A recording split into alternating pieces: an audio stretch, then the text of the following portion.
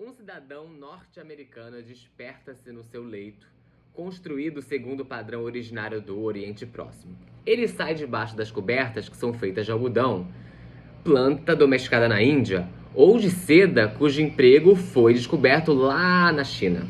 Ele levanta da cama, pega seus mocassins, que foram inventados pelos índios das florestas do leste dos Estados Unidos, vai andando, entra no banheiro, lava-se com sabão, que foi inventado pelos antigos gauleses, e depois ele faz a barba, um rito meio que masoquista que nasceu, acho que lá no Egito Antigo. Enfim, ele vai andando, vai tomar o seu breakfast. No meio do caminho ele decide comprar o jornal, paga o jornal com moedinha, que é uma invenção da Líbia. Chega para tomar o seu breakfast, vê um prato, uma espécie de cerâmica que foi inventada na China, vê a faca de aço, feita a primeira vez na Índia do Sul, e vê um garfo, inventado na Itália medieval, e fica esperando o seu breakfast. Chegam os waffles, né, que são, na realidade, bolinhos fabricados segundo uma técnica da Escandinávia. Aí ele bota lá o maple syrup, que na realidade vem lá do norte dos Estados Unidos e do Canadá, e curte ali o seu café da manhã, o seu breakfast. Ele recosta depois de tomar um café, que pode também ter vindo do Brasil, mas que também veio da Ásia muito anteriormente. Pode ter comido uma fruta, talvez uma melancia que vem da África. Aí ele se recosta, né, para dar uma relaxada, para fumar. E aí ele fuma, né, um hábito que é a herança dos antigos índios americanos que consumiam até uma planta vinda do Brasil. Ou ele pega mesmo um cigarrinho, bem tradicional do México. Enfim, aí ele vai ler, vai fumando e vai lendo as notícias que são impressas em caracteres, em letrinhas que foram inventadas pelos antigos semitas, num material inventado na China, mas por um processo criado na Alemanha.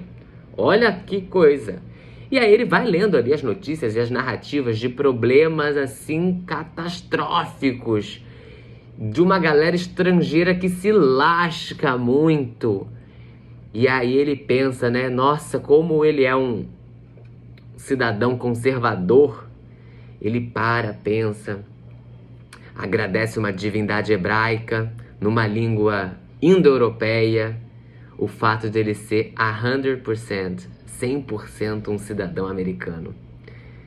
Esse é só um trechinho adaptado de um texto maravilhoso de um antropólogo chamado Ralph Linton, que ele fala sobre a questão da difusão da cultura.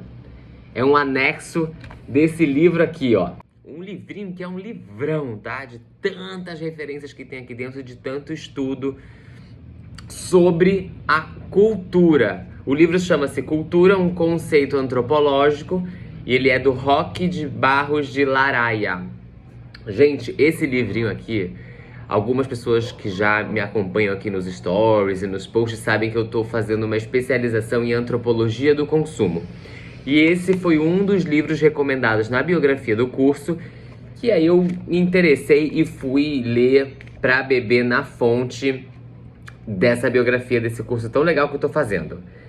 Bem, cultura, né, é uma coisa que a gente fala assim, tanto, e a cultura, ela é um fio condutor, ela é a resposta, ela é o motivo, ela é o porquê, né, assim, de muitas das ações que a gente faz com consciência e também sem consciência, né? Acaba que a cultura é um grande molde, uma herança que a gente tem, que vem sendo construída através de uma simbiose muito louca, porque a gente é moldado por ela, mas a gente também ajuda a construí-la.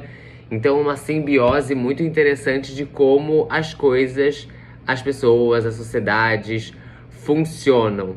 E além da nossa pequena bolinha aqui, isso é um conceito estudado por cientistas sociais, né? Galera das ciências sociais, os antropólogos, de anos e anos e anos, que essa galera tá aí tentando entender, afinal das contas, o que é cultura, né?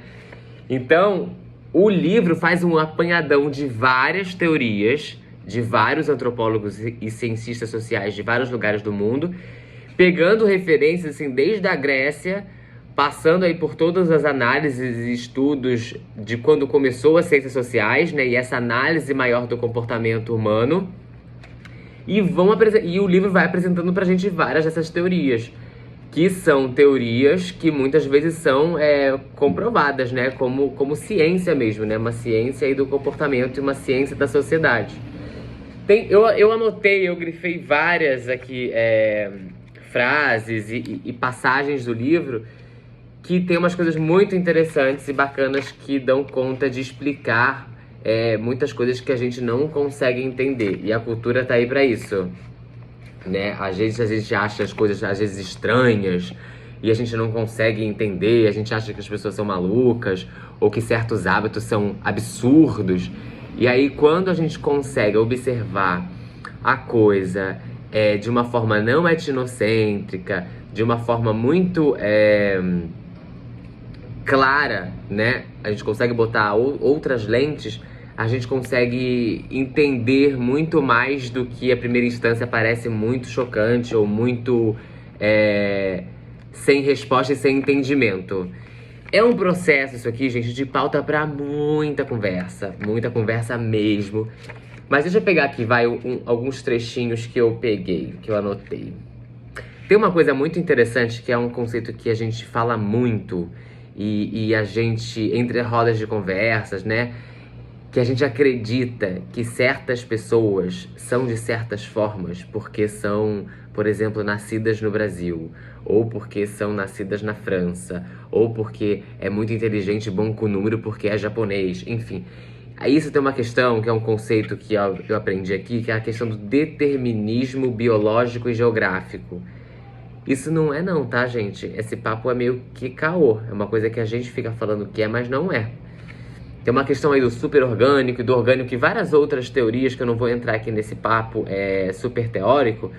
Mas é o seguinte, é tudo processo de aprendizagem cultural. É tudo a cultura.